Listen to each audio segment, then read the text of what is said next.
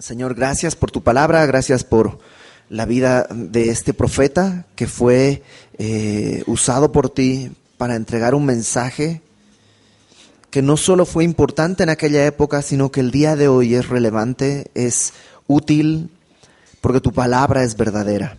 Ponemos en tus manos este tiempo, Señor, en el nombre de Jesús. Amén. Déjame ponerte en contexto un poco lo que habíamos estado viendo la semana pasada. La semana pasada vimos cómo Isaías es podríamos decirle, una suerte de colección de profecías. No existe una cronología como tal, es decir, no es que los mensajes van desarrollándose cronológicamente, sino que a veces Isaías va a hablar del futuro, a veces va a hablar del presente, a veces de cosas pasadas. Entonces, no hay una cronología en ese sentido, aunque el bosquejo general de Isaías, la semana pasada también lo dijimos, o la antepasada, de alguna manera nos permite ver como una primera parte de mucha, a mí, no quiero decir oscuridad, pero es denso, es fuerte, es mucho juicio.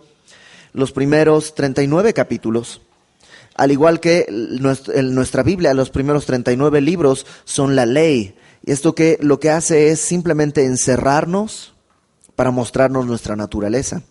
Pero a partir del capítulo 40 hasta el 66, te decía que a mí me da la impresión como que alguien encendió la luz, ¿no? Y lees esos pasajes y son muy distintos. Aunque, por supuesto, en esa segunda parte también hay juicios y en esta primera parte también hay atisbos de lo que va a suceder, pequeños rayos de luz. Y el día de hoy vamos a ver un poco de todo, porque en la porción del capítulo 2, que es una profecía, la primera parte de una profecía, porque es una profecía larga, solo vamos a ver el capítulo 2 el día de hoy. Vamos a ver, en primer lugar, la gloria del Mesías, lo cual es hermoso. Luego vamos a ver la corrupción de Judá, lo cual es desastroso. Y luego vamos a ver la victoria de Jehová, lo cual depende de qué lado estés. Tú dirás si es glorioso o peligroso. Y pues lo vamos a estudiar. Capítulo 2, versículo 1. Primero vamos a ver la gloria del Mesías. Dice, lo que vio Isaías, hijo de Amós, acerca de Judá y de Jerusalén. De alguna manera, Isaías lo que nos narra es algo que él vio. O sea, pareciera como que Dios lo transportó a un lugar o a un tiempo y vio esto, y lo que hace es describirnos lo que vio.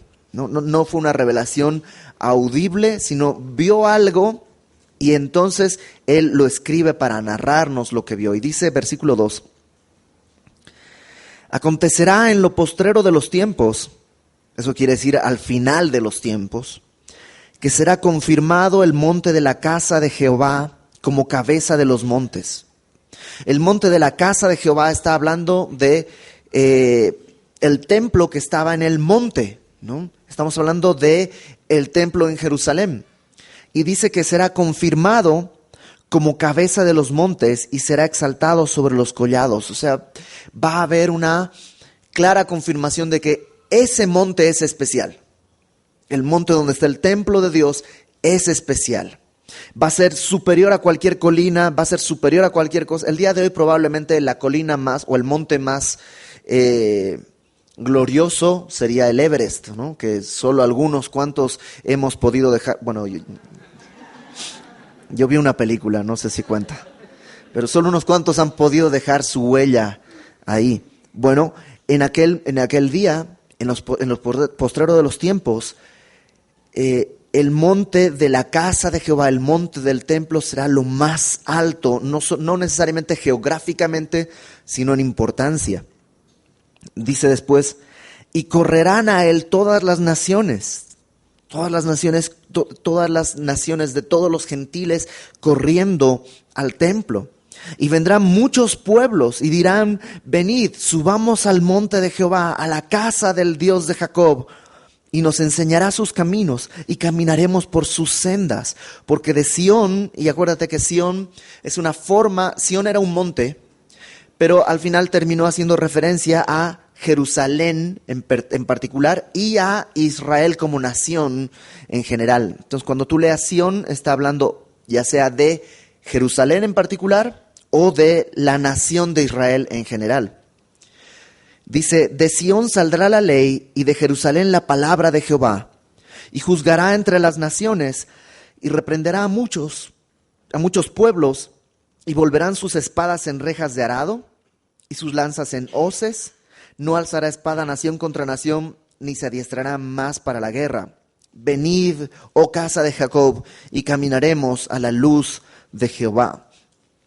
Está hermoso ese pasaje, ¿no? Esta promesa que el templo va a ser lo más alto en toda la humanidad, que de todas las naciones, de todos los pueblos, todos van a correr al templo de Jehová a decir, vamos porque nos enseñará sus caminos, caminaremos en sus sendas. Va a ser glorioso. ¿De cuándo estamos hablando? ¿De qué momento estamos hablando? Estamos hablando de lo que, si tú recuerdas en Apocalipsis, lo estudiamos, el milenio. El milenio son 1000 años de paz, justicia y prosperidad, porque Jesucristo mismo va a estar gobernando desde Jerusalén. Entonces estamos hablando después de la venida de Cristo. Cuando el Señor regrese, va a establecer su reino por 1000 años en la tierra, va a ser un reino desde Jerusalén. Y esto nos lleva, déjame ponerte primero la cronología por si te estás un poco confundido. El tiempo en el que estamos viviendo es el tiempo de la iglesia. En algún momento el tiempo de la iglesia va a terminar y el evento que cierra el tiempo de la iglesia es el rapto. Cuando Dios viene por su iglesia, seremos arrebatados, seremos llevados a las nubes con Él. En ese momento Jesús, no está viniendo a la tierra, sino viene simplemente por su iglesia y nos encontraremos con Él en las nubes.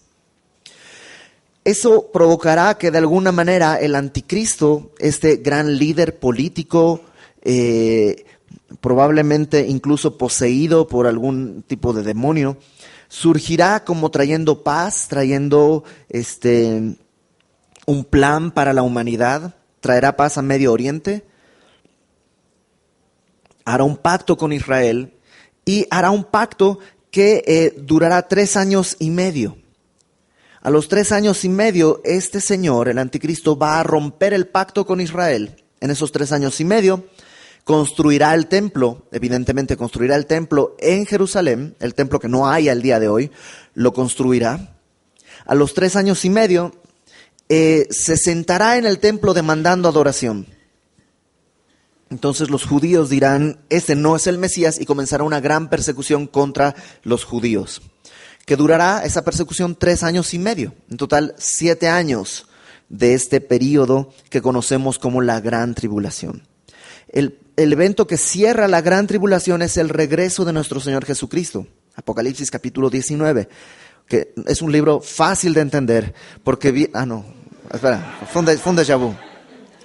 Ya lo habíamos visto. Apocalipsis 19, Jesucristo regresa a la tierra y cierra este período de la Gran Tribulación.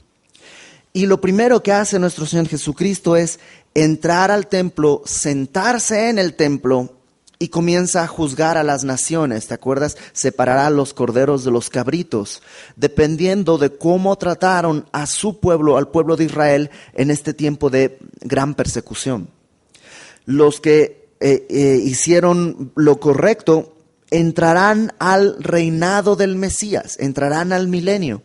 Los que no, pues tendrán que morir. Y entonces se inaugurará este reinado judío de 1000 años. Y lo dije bien, reinado judío. El día de hoy hay todo un movimiento, es muy complejo, pero por hacerlo sencillo, hay un movimiento político que se llamó el sionismo de mediados del siglo XIX, que básicamente el sionismo planteaba que Israel, o más bien los judíos, no eran solo una religión, sino también una comunión política, una raza. Por tanto, tenían derecho a tener un territorio, ¿no? Porque si dijéramos los católicos o los cristianos, esa es una identidad religiosa, pero no hay una tierra que nos represente. El judío, el movimiento sionista planteaba que sí, el judío no es solo un movimiento religioso, sino además es un movimiento étnico, es un movimiento cultural, y por tanto es justo reclamar una tierra para el pueblo judío. Por eso se llamó sionismo, por esto mismo que estamos viendo ahí, Sión como representante de la nación. Y este movimiento evidentemente tiene su culminación cuando en mayo de 1948 se otorga a Israel, a la nación de Israel, un territorio ahí en Israel, lo que hoy día es Israel. Paralelamente al sionismo surge pues el antisemitismo y el antisionismo, y el día de hoy es todo un relajo porque hay muchos subgéneros de sionistas, muchos subgéneros de antisionistas. Pero ¿a dónde voy? Que en las noticias, todos los días cuando salgan noticias sobre Israel, vas a encontrar siempre la tendencia a decir Israel, la nación de Israel le quitó la tierra a los palestinos. Se la arrebató cobardemente, se la arrebató cruelmente. ¿Por qué? Porque son unos sionistas que quieren conquistar el mundo. Y es básicamente, palabras más, palabras menos, algunos con más elegancia, otros un poco más soeces, pero más o menos ese va a ser el discurso que vas a escuchar. Y si tú recuerdas hace unos meses, cuando había todo el conflicto entre Israel y Palestina, el mundo se pobló, las redes sociales se poblaron de gente en contra de Israel porque han construido un muro, no dejan entrar a los palestinos.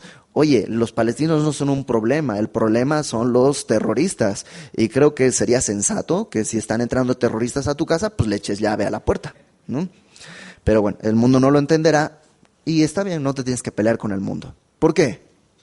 Porque este es el resultado final. Habrá un gobierno judío. Y tú dices, ¿que acaso Dios hace acepción de personas? No, para Dios todos somos pecadores. Pero Dios sí reconoce cuál es su pueblo. Y el gobierno que Jesucristo va a instaurar y que va a durar 1000 años es un gobierno judío. Nos guste o no, le guste a quien le guste, esa es la promesa que Dios le hizo a David y no la ha cumplido todavía y se verá cumplida en el milenio. Por eso hay toda otra teología, otra doctrina que dice que la iglesia ha sustituido a Israel. No sé si alguna vez has oído eso. No, porque si fuera así, Dios sería un mentiroso, porque le prometió algo a David que no cumpliría. Entonces, ¿de qué está hablando acá? Está hablando directamente del milenio. Ahora, en el milenio tendremos todos estos que lograron entrar. ¿Te acuerdas que te dije que separaron los corderos de los cabritos? Los corderos, que son los que pudieron entrar, son gente normal como tú y yo el día de hoy, que sobrevivieron la gran tribulación y que ahora entran al milenio. Tú y yo, ¿por qué no somos normales en esa época? Porque tendremos un cuerpo distinto, tendremos un cuerpo glorificado. Al haber sido arrebatados al cielo, Dios nos revistió de otro cuerpo. Regresando con Él, venimos a gobernar con Él en el milenio, pero con un cuerpo nuevo. Entonces tienes en ese momento, en el milenio, gente normal, como el día de hoy, de carne y hueso. Gente como tú y yo estaremos, con un cuerpo revestido de gloria. Y además tendremos a Jesucristo mismo, que es una persona, un hombre sentado en el trono en Jerusalén. Déjame ponerlo de esta manera: un judío sentado en el trono en Jerusalén, gobernando la tierra entera con vara de hierro, como dice el Salmo 2. Fíjate lo que dice el Salmo 2, unas páginas atrás en tu Biblia. El Salmo 2 es un salmo mesiánico.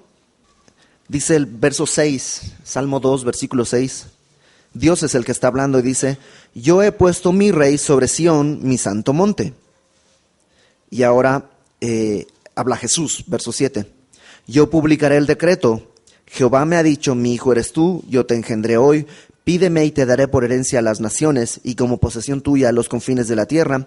Los quebrantarás con vara de hierro, como vasija de alfarero los desmenuzarás. Entonces, está hablando de eso va a ser en el milenio. En el milenio, Jesucristo va a gobernar desde Jerusalén. Va a ser un gobierno perfecto. No solo va a ser la capital política del mundo, la capital, digamos, para términos seculares, por decirlo de alguna manera, sino que además lo que leímos es que ahí van a correr todas las naciones a buscar instrucción, a escuchar las enseñanzas. ¿Te imaginas los discursos por 1000 años, sermones de Jesucristo desde Jerusalén? ¿No? ¿Quién no va a querer ir? Bueno, hay gente que no va a querer ir. Hay gente que no va a querer ir. Porque a lo largo de 1000 años, aquellos que entraron al milenio con cuerpos normales van a tener hijos.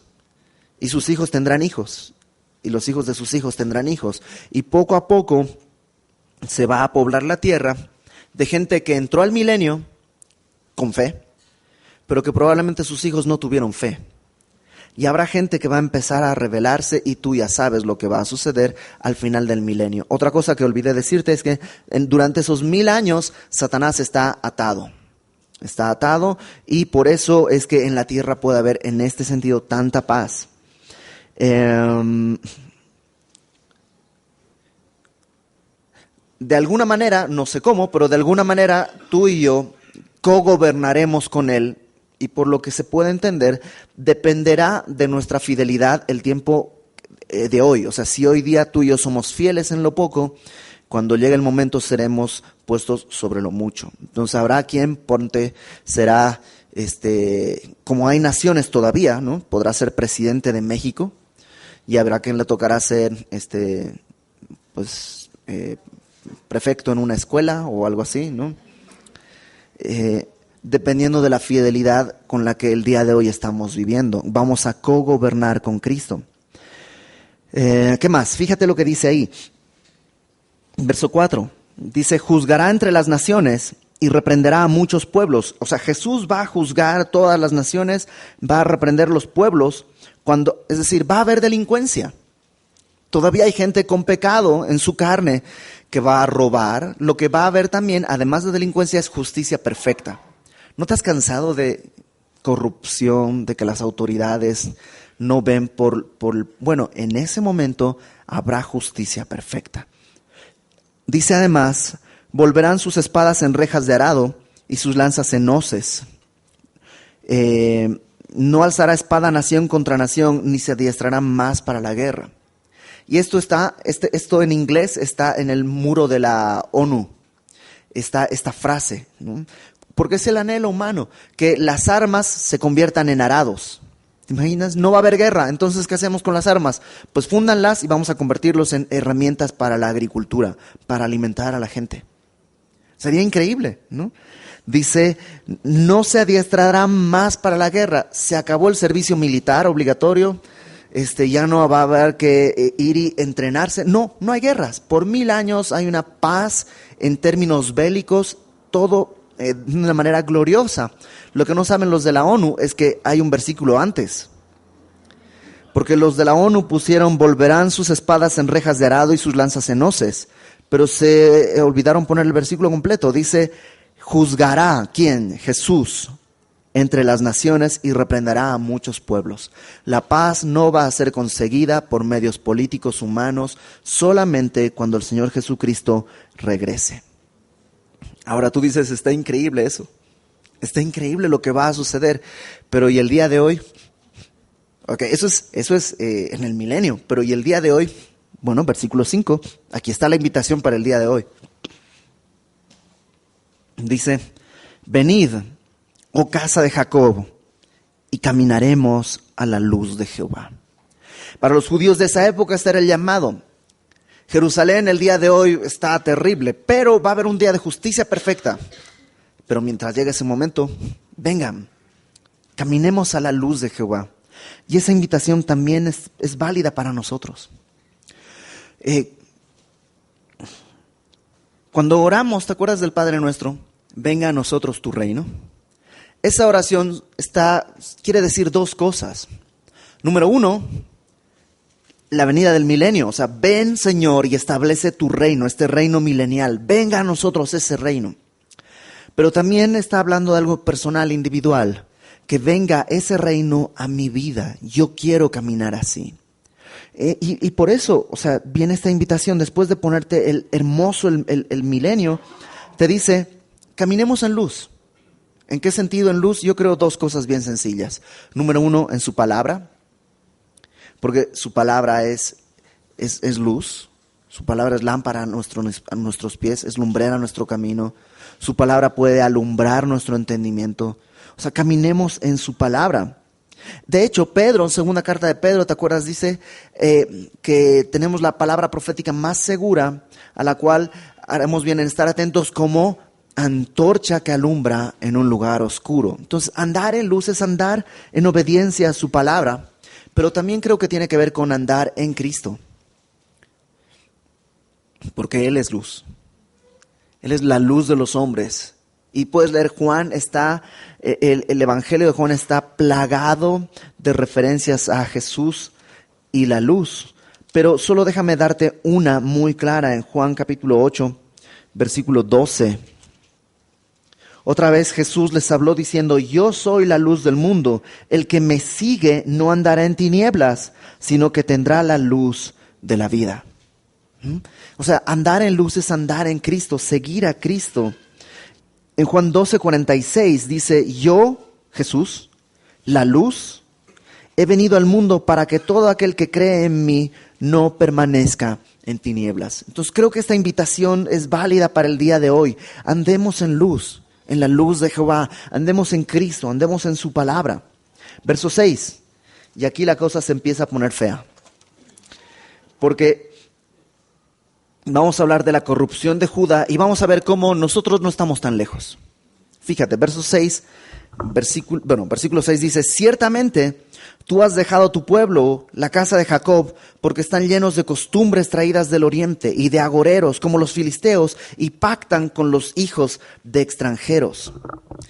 Es confuso en el lenguaje en el que está escrito cuando dice tú has dejado a tu pueblo. Si está diciendo que Jehová ha abandonado a su pueblo, o está diciéndole Dios al pueblo, ¿sabes qué?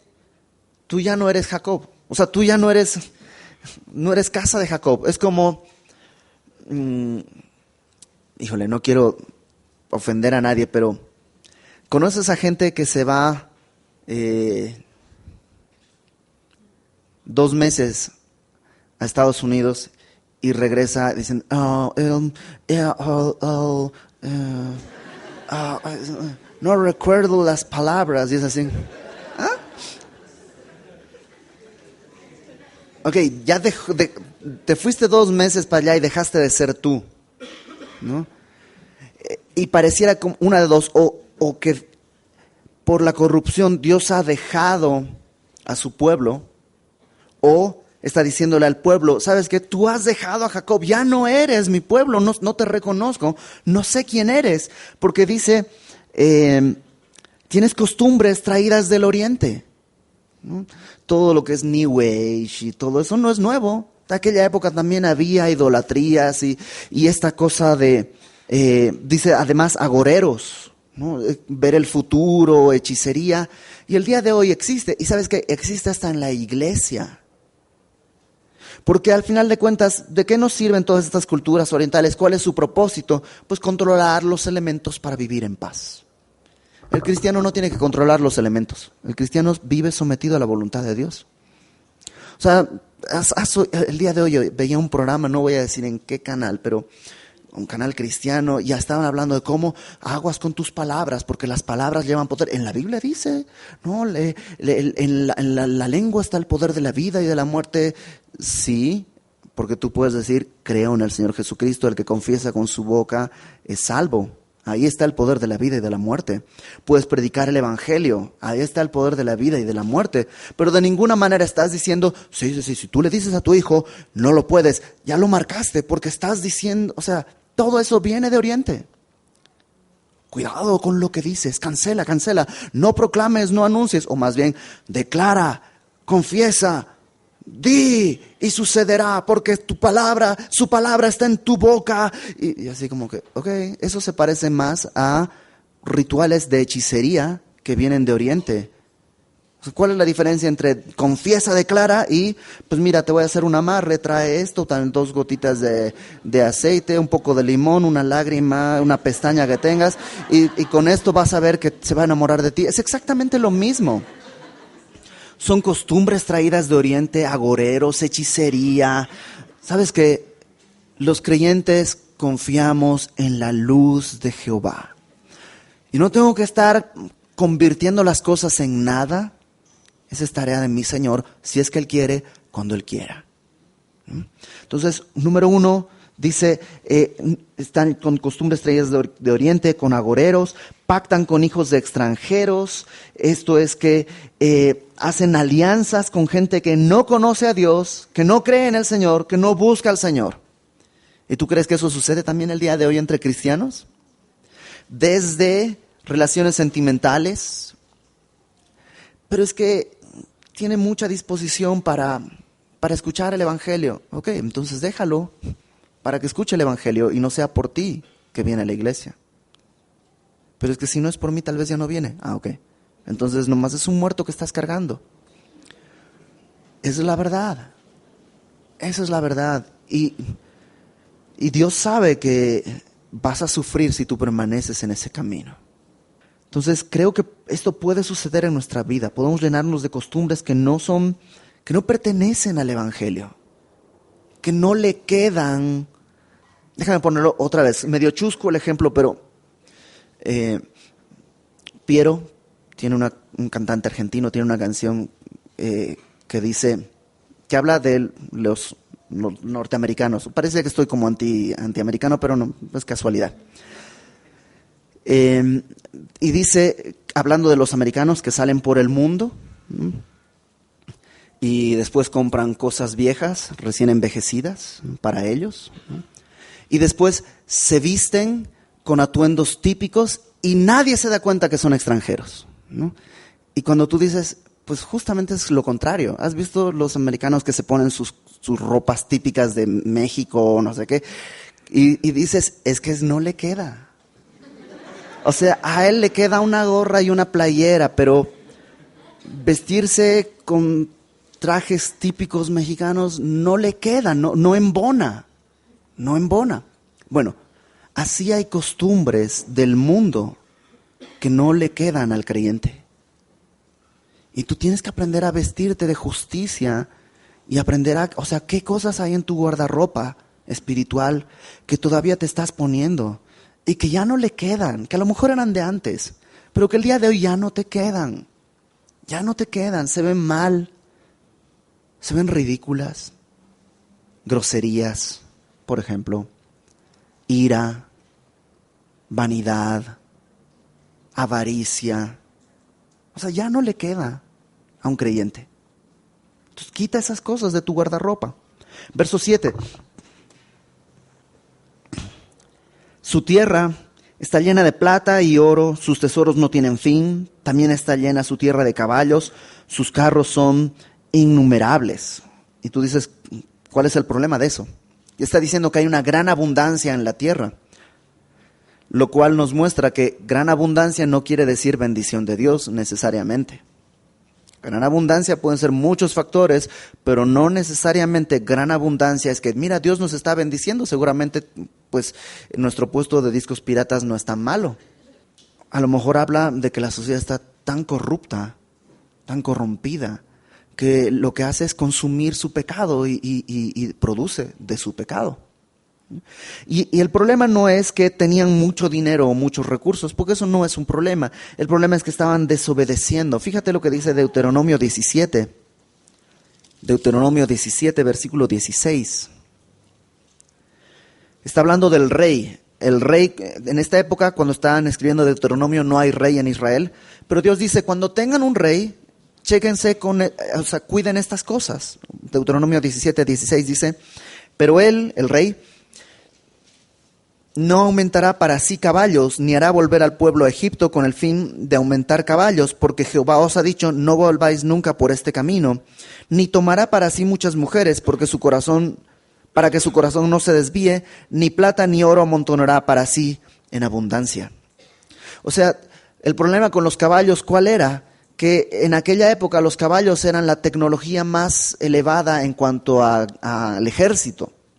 Y están confiando en que tienen muchos caballos, pues tienen una buena defensa, entonces estamos bien. Estamos seguros porque tenemos una buena defensa. Pero fíjate lo que dice el Salmo 20, que es lo que ya no estaban haciendo. El Salmo 20, versículo 7, dice: estos confían en carros y aquellos en caballos, mas nosotros del nombre de Jehová nuestro Dios tendremos memoria. Ellos flaquean y caen, mas nosotros nos levantamos y estamos en pie. El problema no es que había abundancia en la tierra, el problema es que esa abundancia era su certeza, era su seguridad, esa abundancia era su posesión, era amor al dinero. Y lo vamos a ver la próxima semana, una vez más. Y también nos puede pasar a nosotros, ¿tú sabes? O sea, podemos estar confiando en caballos y en carros. Podemos estar confiando en nuestra carrera, que no es malo tener una carrera universitaria, pero si crees que eso es lo que te va a dar un buen futuro, no está mal tenerlo, pero no puede estar tu confianza ahí. No puede estar tu confianza en tu juventud. Porque créeme, se va como agua. De veras, hace 2 días yo estaba en mi casa en Bolivia y de pronto estoy acá y la semana pasada fui a jugar básquet y no te digo por qué no fui ayer de nuevo. También uno aumenta en sabiduría y en prudencia. Si confías en esas cosas, sabes que estás haciendo a Dios a un lado. Estás haciendo a Dios a un lado. Verso 8. Además, su tierra está llena de ídolos y se han arrodillado ante la obra de sus manos y ante lo que fabricaron sus dedos. Hay idolatría. Hay idolatría. Dice, su tierra está llena de ídolos, se han arrodillado ante la obra de sus manos y ante lo que fabricaron sus dedos. O sea, están adorando cosas que han hecho ellos mismos. Y tú dices, bueno, el día de hoy, eso sí, no tenemos, gracias a Dios, de eso sí estamos vacunados, no tenemos estatuas, ídolos, no, eso no lo tenemos. Ok, ¿y qué tal la adoración a cosas que están fabricadas por seres humanos? Por ejemplo, tecnología, celulares. Tú sabes que el día de hoy hay toda una serie de estudios ya acerca de qué porcentaje de la gente lo primero que hace en el día es revisar su celular, si hubo mensajes, si hubo correos, si hubo menciones en Facebook o en Twitter, que duermen con su celular al lado. Qué espanto de vida tener tu celular ahí al lado. Que no pueden vivir sin tecnología. Conocen el chiste, ¿no? Mamá, si un día mi vida depende de una máquina, desconéctame, no quiero vivir así. No, mamá, el celular, no me lo quites. Porque tristemente el día de hoy hay gente que depende de esto y es su adoración. Porque tú puedes darte cuenta si estás adorando a un ídolo viendo el curso de tu tiempo y el curso de tu dinero. ¿A dónde van? O sea, si tu dinero, la mayor cantidad de tu dinero va a un aparato en particular, quiere decir que eso es tu Dios. Y no vamos a pedir una ofrenda o algo así, no nos interesa tu dinero tampoco. Pero ¿sabes qué? Te hace daño cuando tu dinero no va donde Dios te pide que tiene que ir. O tu tiempo. ¿Cuánto tiempo pasas en Facebook versus cuánto tiempo pasas en tu Biblia o en oración? ¿No? Entonces nos puede suceder esto a nosotros, adorando la obra de las manos humanas. Verso 9. Y se ha inclinado el hombre y el varón se ha humillado. Por tanto, no los perdones. O sea, había una religiosidad falsa, porque sí, se han inclinado, se han humillado y están ahí, pero es raro esto de la gente humillándose, porque cuando le dices, mira, Dios quiere que te humilles, ve y pide perdón, no discutas, acepta la reprensión. No, y es como que la gente se ofende y no quiere, no me digas que esto es pecado, no, es como que se ofende. Pero ¿qué tanto se humillan para conseguir un teléfono? O sea, hay casos de gente, chicas que han vendido su cuerpo por un teléfono y salen las noticias. O personas que se humillan caminando de rodillas por quién sabe cuánto tiempo ante un ídolo. Pero ante Dios, no. Y vivimos eso. Y por eso dice, no los perdones, no en el sentido de que ya están condenados, sino, ¿sabes qué? Si no se dan cuenta de cómo están, no pueden recibir el perdón porque no valoran el perdón. ¿Te acuerdas la semana pasada? Dijimos, si tus pecados fueran como la grana, pueden ser emblanquecidos. Si tus pecados fueran como el carmesí, pueden ser emblanquecidos. O sea, no es que Dios está haciendo a un lado a la gente, sino simplemente está diciendo, así no puedo recibirlos porque están muertos. Yo quiero darles vida, pero ustedes no quieren tener vida.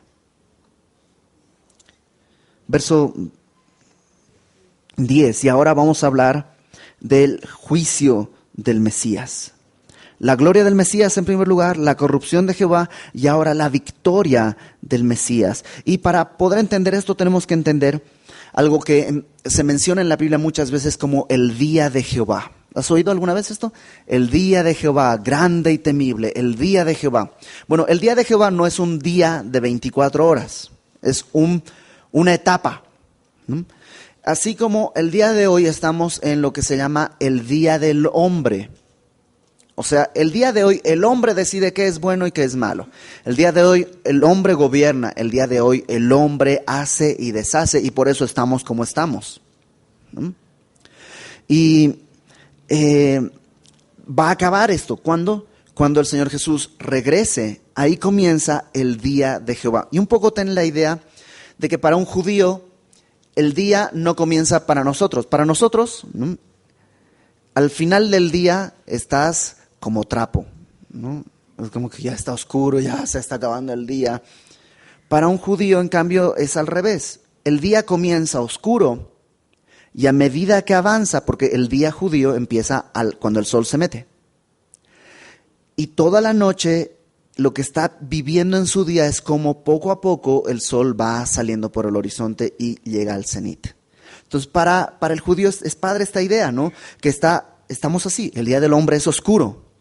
Es oscuro. Cuando regrese Jesucristo tendremos 7 años de gran tribulación, 7 años difíciles, oscuro. Pero al final saldrá el sol de justicia y tendremos 1000 años de justicia perfecta. Entonces, ten en cuenta eso. Cuando habla del día de Jehová, está hablando de este momento en que Dios va a intervenir en la historia humana, pero va a empezar con un tiempo oscuro, pero luego va a salir el sol de justicia. Entonces, versículo 10, y de aquí me voy a ir muy rápido. Dice, métete en la peña, escóndete en el polvo de la presencia temible de Jehová y del resplandor de su majestad. Esto es como una especie de corito, de estribillo que lo va a repetir varias veces, que tiene estos elementos. 1, gente escondiéndose de Dios. Métete en la peña, escóndete. Número 2, la presencia temible de Jehová. ¿No? Este terror que puede producir por lo que está sucediendo y el juicio que está viniendo, pero también está el resplandor de su majestad, esta gloria futura. Verso 11. La altivez de los ojos del hombre será abatida, el orgullo. La soberbia de los hombres será humillada, y Jehová solo será exaltado en aquel día. Orgullo y soberbia. Esto es lo que caracteriza el día del hombre. Orgullo y soberbia. Nadie me dice qué hacer. Vivimos en una sociedad que ha llegado al punto, cuando lees el Antiguo Testamento, no dices, ay, qué ignorancia de la gente que tenía dioses de animales y carneros y cosas. Mira, esos son sus dioses. Qué ignorancia de la gente. Bueno, el día de hoy hemos llegado a una ignorancia mucho peor porque hemos tenido, como sociedad hablo, un Dios peor que un carnero o que un animal. el Dios del día de hoy es el azar. Porque ellos pensaban, bueno, por lo menos la serpiente hizo esto y ahí salió la humanidad. O el carnero hizo esto y salió la humanidad. O tenían sus ideas raras. El día de hoy lo que decimos es, mira, no había nada, de pronto todo explotó. Y de pronto una célula, así, pum, se unió a otra, y pum, a otra, y pum, salió un hombre. Y la evolución, o este proceso evolutivo, plantea algo que es imposible, absurdo, que no se da. Nada va del caos al orden, jamás, jamás, excepto para los que creen en la evolución, del caos absoluto, todo fue ordenándose hasta dar como resultado seres humanos que tienen funciones perfectas, que tienen una unión de sistemas perfectos, que no podrían haber existido uno primero y luego el otro, que tienen que haber existido todos al mismo tiempo por casualidad. Entonces hemos puesto a un Dios absurdo, absurdo. Y el hombre está orgulloso de eso. Pero aquel día solo Jehová será exaltado. Verso 12. Porque el día de Jehová de los ejércitos vendrá sobre todo soberbio y altivo, sobre todo enaltecido, y será abatido. Sobre todo los cedros del Líbano. Aquí va a hacer mención a varias cosas de una manera poética, ¿no? Los cedros del Líbano hace referencia a árboles muy altos, ¿no? Y está diciendo, así es el orgullo del hombre. Se para, se extiende como un cedro en el Líbano, ¿no? Sobre todo los cedros del Líbano, altos y erguidos, sobre todas las encinas, estos son los robles de Basán, sobre todos los montes altos, sobre todos los collados elevados, sobre toda torre alta, sobre todo muro fuerte, sobre todas las naves de Tarsis. Las naves de Tarsis eran naves grandes, presumiblemente difíciles de hundir, diseñadas para soportar tempestades. Y Dios dice, sí, toda esa altivez, lo alto, todo eso lo voy a abatir. Las naves de Tarsis, sobre todas pinturas preciadas. La altivez del hombre será abatida y la soberbia de los hombres será humillada, y solo Jehová será exaltado en aquel día y quitará totalmente los ídolos. Y se meterá en las cavernas de las peñas y en las aventuras de la tierra por la presencia temible de Jehová y por el resplandor de su majestad cuando Él se levante para castigar la tierra. Dios va a venir a limpiar, va a quitar, va a humillar a todos y va a quitar todo. Y la gente se va a esconder en las cavernas, en las peñas. Y fíjate el verso 20. Aquel día arrojará el hombre a los topos y murciélagos sus ídolos de plata y sus ídolos de oro que le hicieron para que adorase. Y se meterá en las hendiduras de las rocas y en las cavernas de las peñas por la presencia formidable de Jehová y por el resplandor de su majestad cuando se levante para castigar la tierra. ¿Qué es lo que va a hacer la gente? Dice, sus ídolos los arrojará a los topos y a los murciélagos. ¿De qué está hablando? Pues son basura. Están metiéndose a las cuevas y están tirando sus ídolos, están tirando todas sus cosas porque es inútil ya en ese momento. Si tanto te desvíes por el iPhone nuevo que va a salir y que no sé qué, viene la gran tribulación, te vas a tener que esconder. Obviamente no hay señal, no hay energía eléctrica, obviamente no hay nada. Lo que tienes nada más es una cosa pesada que no sirve absolutamente para nada. Y lo vas a tener que tirar ahí a los topos y a los murciélagos. Está hablando de eso, o sea, la futilidad, la inutilidad de todas las cosas que han ganado el corazón del hombre. Por eso dice al final, dejaos del hombre cuyo aliento está en su nariz, porque ¿de qué es él estimado? Esto de dejaos del hombre, otros lo traducen como dejen de confiar en el hombre. Dejen de considerar en el hombre, en sus fuerzas. Y pone un ejemplo muy sencillo. O sea, el aliento está en su nariz. ¿De qué él es el estimado? O sea, así, tápate la nariz y dime cuánto aguantas. Y te mueres. Ese es el valor del hombre. ¿Un minuto? O sea, eso es lo que vale el ser humano en sus fuerzas. Eso es lo que puede hacer. Somos súper frágiles, somos muy frágiles, pero nos hemos creído tanto y hemos enaltecido y nos hemos ensoberbecido y nosotros podemos. Y Dios dice, ¿sabes qué? ¿Por qué confiar en el hombre? ¿Por qué no mejor caminar a la luz de Jehová? En su palabra, en la luz de Cristo. Tú sabes que no puedes estar en mayor luz que cuando estás en la sombra de Cristo. Suena contradictorio, pero es así. La sombra de Cristo provee más luz que todas las luces que tú y yo podamos encender en esta tierra. Déjame cerrar con una sola cosa. Ese es nuestro llamado. Tú y yo estamos llamados a caminar en luz, a no depender del hombre, a no confiar en el hombre, el primer hombre, el que está en el espejo. No confiar en ti, en tus fuerzas. ¿Qué es lo que el mundo dice al revés? Tienes que confiar en ti. Tú tienes que decirte, mírate al espejo y háblate bonito y dite cosas, tienes que decirte cosas padres y que te den confianza y tu autoestima. Y Dios dice, no, porque eso es mentira. La realidad es que el aliento del hombre está en su nariz y eso es lo que vale. No confíes en el hombre.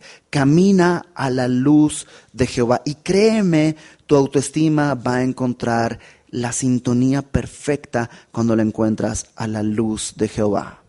No vas a tener problemas de autoestima. Jesucristo no tenía problemas de autoestima. Sabiendo él de quién era y a dónde iba, se quitó su manto, se ciñó una toalla y lavó los pies, incluso de aquel que lo iba a entregar. ¿Cuál era el problema de autoestima de nuestro Señor? El que no estimó como cosa que aferrarse el ser igual a Dios. Que al revés está el mundo. Esa es nuestra primera responsabilidad, caminar en esa luz. ¿Por qué? Porque es un privilegio. Porque si hemos sido salvos, Spurgeon, lo voy a parafrasear, pero Spurgeon decía, si de todos modos vas a hacer un viaje largo, ¿por qué quieres ir en el sótano y no en primera clase? Y no estoy hablando otra vez de soberbia, sino ¿por qué querer vivir una vida en la oscuridad, en el pecado, cuando puedes caminar en luz, en primera clase, sirviendo a los demás? Pero no solo eso, creo que hay una segunda cosa importante. ¿Te acuerdas la primera parte, la parte bonita? Todos correrán al monte de Jehová y al templo.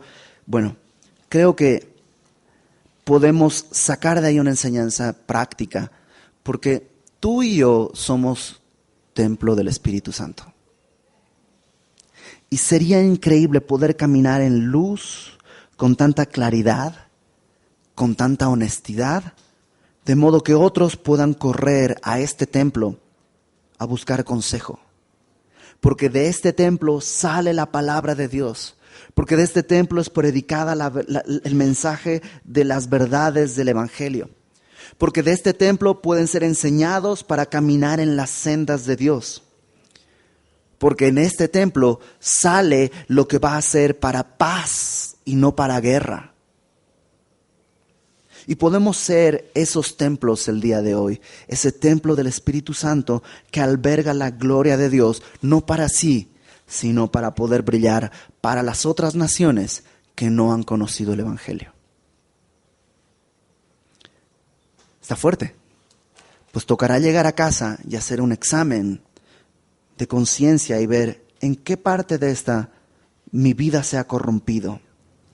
Me he corrompido en cuanto a costumbres que estoy tomando, en cuanto a avaricia, en cuanto al dinero y cosas, en cuanto a ídolos de cosas humanas a los que me estoy rindiendo, en lo que estoy humillándome por cosas que son absurdas. ¿O estoy caminando a la luz de Jehová? ¿No? Pues ora, y si tus pecados fueren como la grana, vendrán a ser emblanquecidos. Vamos a orar. Señor, gracias porque tú eres bueno, tú eres fiel. Podemos ver cómo a pesar de la rebelión de tu pueblo, tú prometes un tiempo de paz, de gozo, de justicia. Como a pesar de las circunstancias en las que están viviendo, que podrían ser de abundancia económica, tú puedes ver su necesidad y que necesitan de ti. Y el día de hoy nos ves a nosotros exactamente igual. Abre nuestros ojos, Señor, a tu palabra, que podamos caminar en luz. Enciende la luz en nuestra vida y muéstranos cuál de estos trajes que día a día usamos ya no nos quedan en este nuevo caminar. ¿Qué costumbres estamos trayendo del tiempo en que estábamos muertos?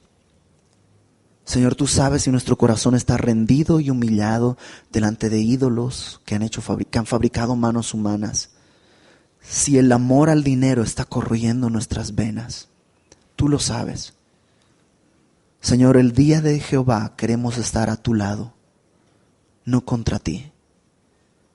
El día que tú vengas por tu iglesia queremos irnos contigo para estar contigo y glorificarte y adorarte por toda la eternidad. Gracias, Señor, por tu fidelidad y tu bondad, y porque aún si el día de hoy estuviéramos en pecado, tú extiendes tu mano y nos dices una vez más, estemos a cuentas.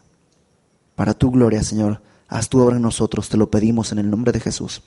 Amén.